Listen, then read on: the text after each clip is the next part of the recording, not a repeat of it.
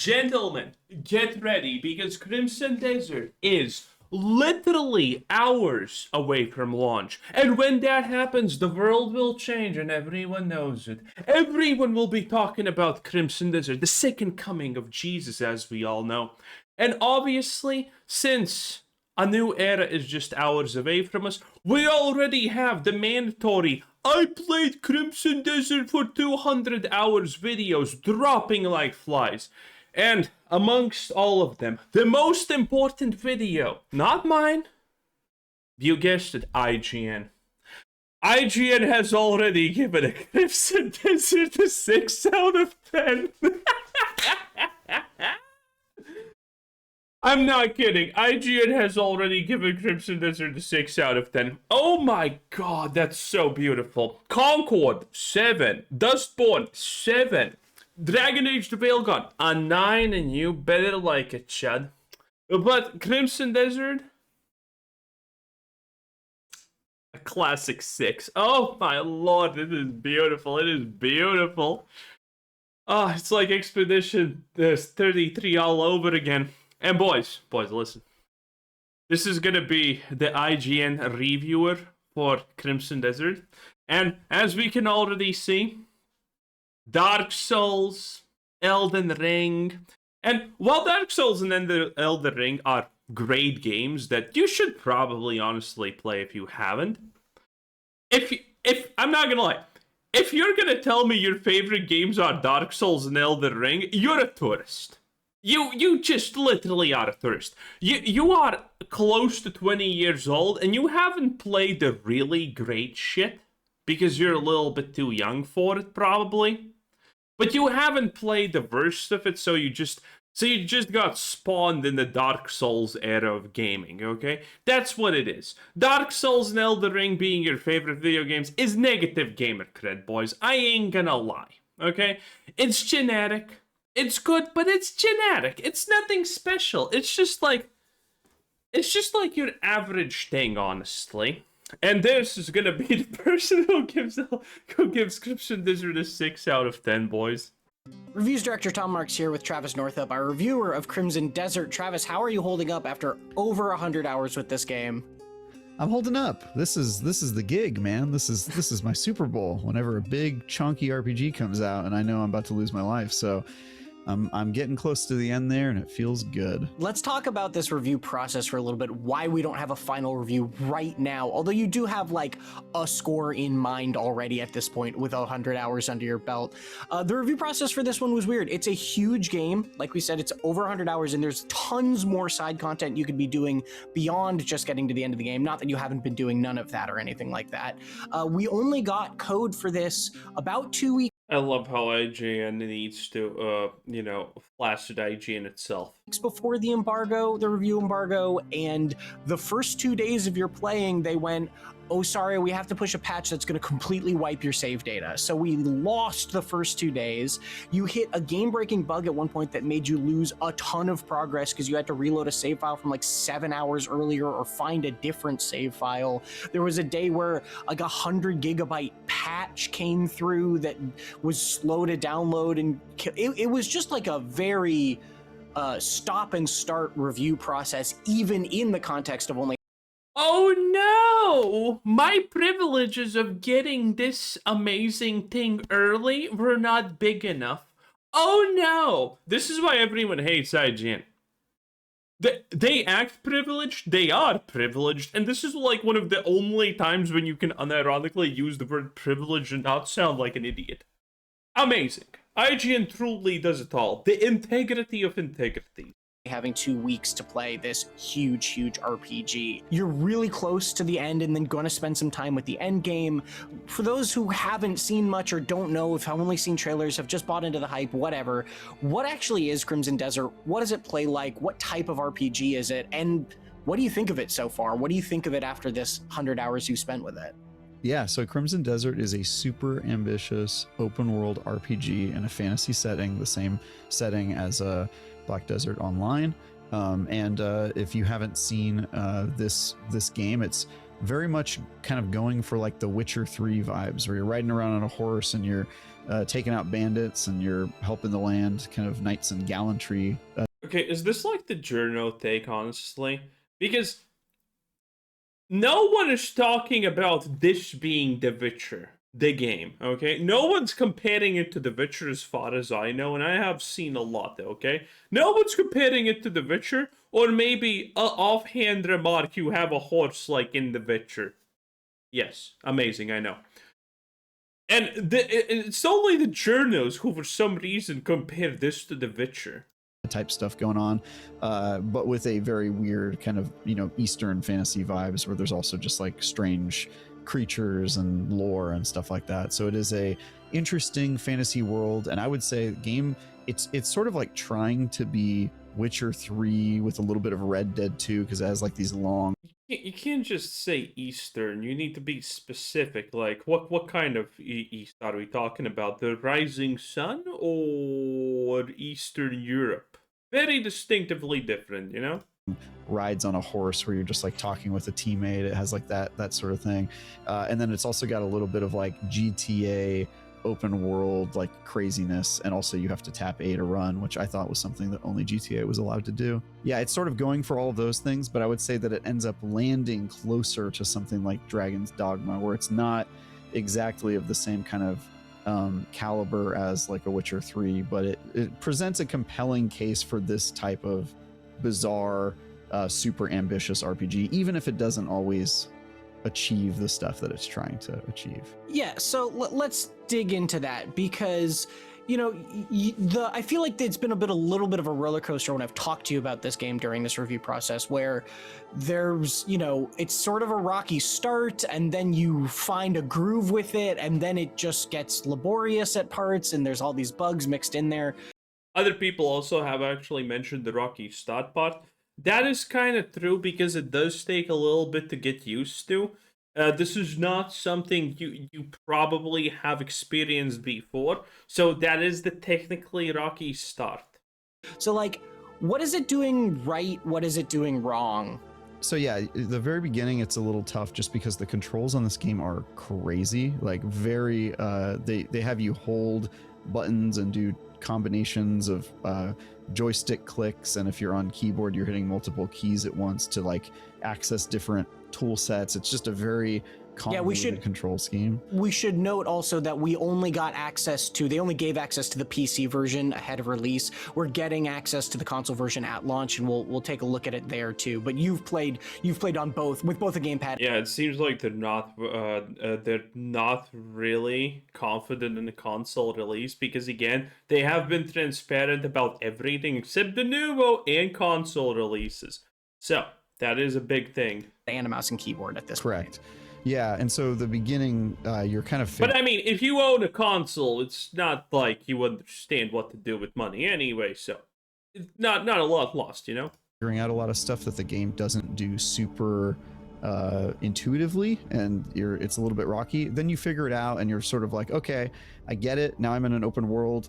Let's go see what's out there. And I would say that that's like the best part of the game, is when you're just like exploring and you're finding like mini games, like, oh, there's arm wrestling, oh, I can go fishing, there's this weird side quest where I'm helping somebody, and you're just kind of like exploring the world, and it's all very new to you, and that sort of is like the best part of any RPG, right? And I think this game, it has so many surprising elements in it that you're continually like, oh, okay, I kind of wasn't expecting that to be here. It has a little bit of Tears of the Kingdom as well, where you're like grabbing things and solving puzzles, and it's not to the point where you're like building contraptions and all that, but you are you do have like abilities, and also it does that thing in Tears of the Kingdom where there's a sky world and a floor world, and you're kind of going back and forth between the two and falling from the sky down back to the normal world. And so it does some stuff like that where you're just like discovering and having fun.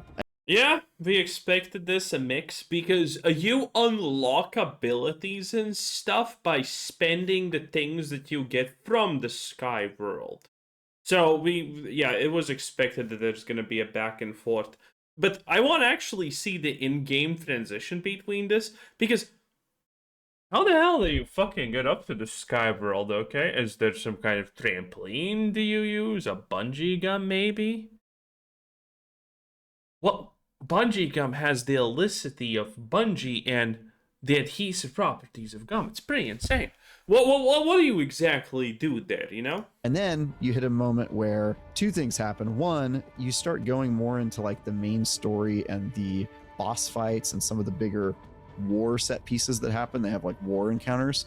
And you start to realize that this game is a little janky in more ways than one. So the boss fights in this game are real bad. They're not fun encounters. They are scaled way too aggressively. There we go. The classic game journal take of the game is bad because the fights are too hard.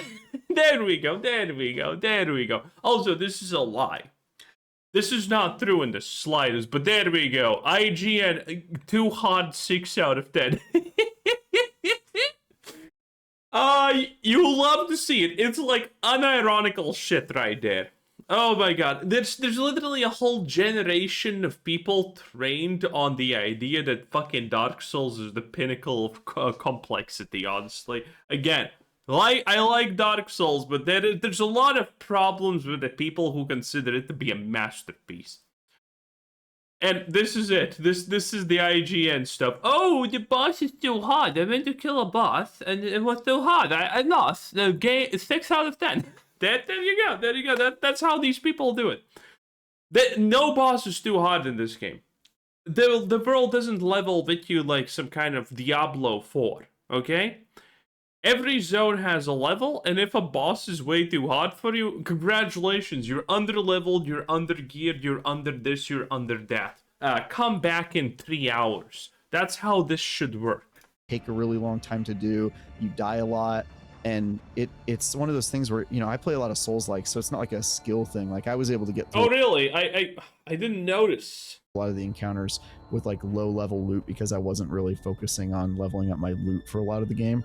And also not a thing where you mind dying and having to try again. You're used to that. Yeah, I don't mind that at all. It's more that, like, the fights drag on for a really long time. They are way harder compared to the rest of the combat in the game that I would describe as like Dynasty Warrior-esque easy. Yes. Again, everyone expected this. We talked about this. The world encounters are a power fantasy, more or less.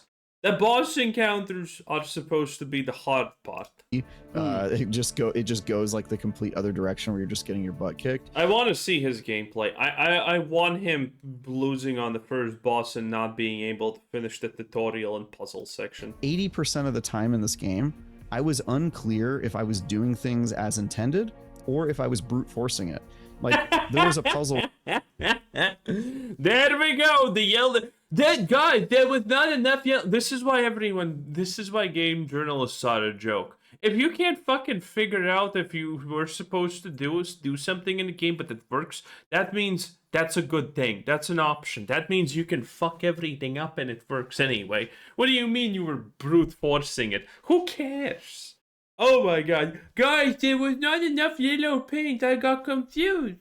Once where I was supposed to get up on top of this thing and do this stuff, but I couldn't find an easy path up it. So I did that thing in climbing games where you find like a little alcove that you're not supposed to stand on, but then you do stand on it and it like gets your stamina back and then you climb the rest of the way. And that's how I got up it. It like felt like I was cheating. And then it turned out, as far as I know, that's how you're supposed to get up the encounter. And so... Guys!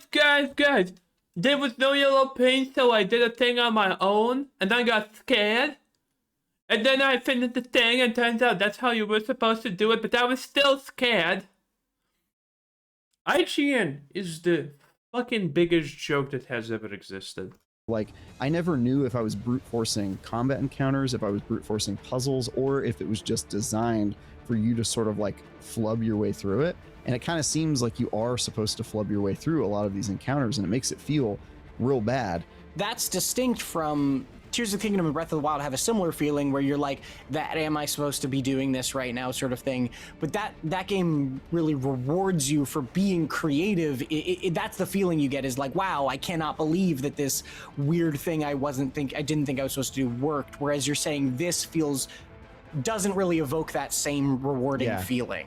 It feels like you either did it wrong or you broke something, and sometimes you are doing it wrong. By the way, like I was talking to Mitchell Saltzman and I've been talking about this game a lot, and like he missed an entire ability that you're supposed to get mandatorily in one of the early chapters, and if you don't get it, you just can't get it, and it's a huge part of the game. It's like a power you need to get through like lots of side quests and optional stuff. And we have access to the developers during this period, luckily, and so he said, hey, what's up with that? Am I screwed? Is my file broken? And they were like, oh no, just beat chapter 9 and you'll get there. And chapter 9 is 80 hours into the game. It's like miles and miles away, and so it's just one of those things. So where's the problem? Again, this is such... I can't think for myself, I can't do anything, the game better be on fucking rails or I'm gonna dislike it type of situation. Oh, I did not do a thing, but I want all the rewards for doing the thing, but I didn't do the thing. How, like, this is not criticism. This is criticism of yourself for being fucking stupid, not accepting responsibility for your stupidity. This is not the game's fault. It was like, okay. Now, granted, it could be. Full transparency, it could be, honestly, but it doesn't seem like it now, does it, the way he talks about it? I didn't have that encounter, but as you mentioned, I did run into a game-breaking bug that completely shut me out of my save file. I could not progress in the main story, and because I was 7 hours behind, I had to choose, okay, am I going to start 7 hours over, or am I just going to borrow somebody else's save file who's around the same part as me and then continue playing through their file? And so... which is not ideal. Oh no, not ideal at all. And it sucked because I really was attached to my character, my build, and it felt like I had like my own story. And yeah, that sort of stuff. Between like the jankiness, like there are bugs, like weird stuff happens, quests break, like stuff just happens in the... By the way, it is unacceptable if your save file gets deleted. That's an instant refund for almost any game if you're pissed enough off enough. That's a sentence. Now it is. Yeah, so I can't even honestly fault someone in IGN for that. It's just not that great. Game where you're just like, oh man, that sucks. It really hurts. And then also just like the moment-to-moment gameplay, particularly in the main storyline, where things just feel very poorly tuned and off kilter and out of nowhere, between the unintuitive puzzles and the boss fights that just feel arbitrarily difficult, where you're not sure if you're supposed to be getting good or leveling up your equipment, or if you're just supposed to eat 50 stacks of meat while you like chump your way through these. Like it seriously is just a very... The last part probably is not the way it's intended, surprisingly. Weird game from top to bottom. And so the longer I've played it, the more I've been kind of frustrated because I'm... Yeah, this guy literally sounds like he hates freedom. It sounds like he just likes Elden Ring type of freedom, where you open up, you enter a whole world, but the reality is Elden Ring is very crafted for you to go exactly here. And then there, and then there, and then there. Okay? 99.9% people take the exact same path in Elden Ring for like the first 5 hours of the game minimum. Running into these issues, and it's just sort of getting old. And one of those is that they just don't know when to end a combat sequence. Like the big war sequences, they go on for way too long, where you're like doing multiple steps. Like you have to carry around a flag and plant it while 80 guys are around you hitting you. And if one of them hits you, you drop the flag and then have to begin this long button mashing process to pick it up super slowly and move it another couple feet. Like stuff like that, where you're just like, oh my God, I've been at this for 4 hours and I'm still on the same step of the quest. And it's just like, please let me out of this. I would say the description is the highs are quite high because they've done this super ambitious thing and they've kind of thrown everything at the wall, but the lows are really low. And it kind of feels like this game tries a little too much. It bites off more than it can chew, and it ends up being kind of a jack of all trades and a master of none, particularly in kind of the shape of its story and combat encounters and the stuff you're doing out in the world. It just has a very uneven kind of feel to it. So you're close to the end, like we said. Yes. What's kind of left to see? What's the lingering questions? End game, if there is that, Pretty that sort of much. stuff? Pretty much. Wait. The video has almost ended and he has Bruh, the video has almost ended and this guy has not even talked about the game. He has just talked about his fucking feelings for 10 minutes straight. Are you kidding me? Are you kidding me? What do you mean? What is this? Well, it's an IGN review, that's what it is. I'm honestly getting frustrated at this point. This is just too sad. Yeah, so I've tried to focus mostly on the story, which I don't really recommend. Like you kind of need to smell the roses in this game. It kind of forces you to be ready for the next part of the story. So and do it's not like recommend, you've done none of that, right? No, I have, and in fact, the game basically forced me to at one point where it was like, okay, I'm very clearly not equipped for this, so I'm just going to go back and do some other stuff and build your settlement and do side quests and level up your gear and kind of figure out the stuff there.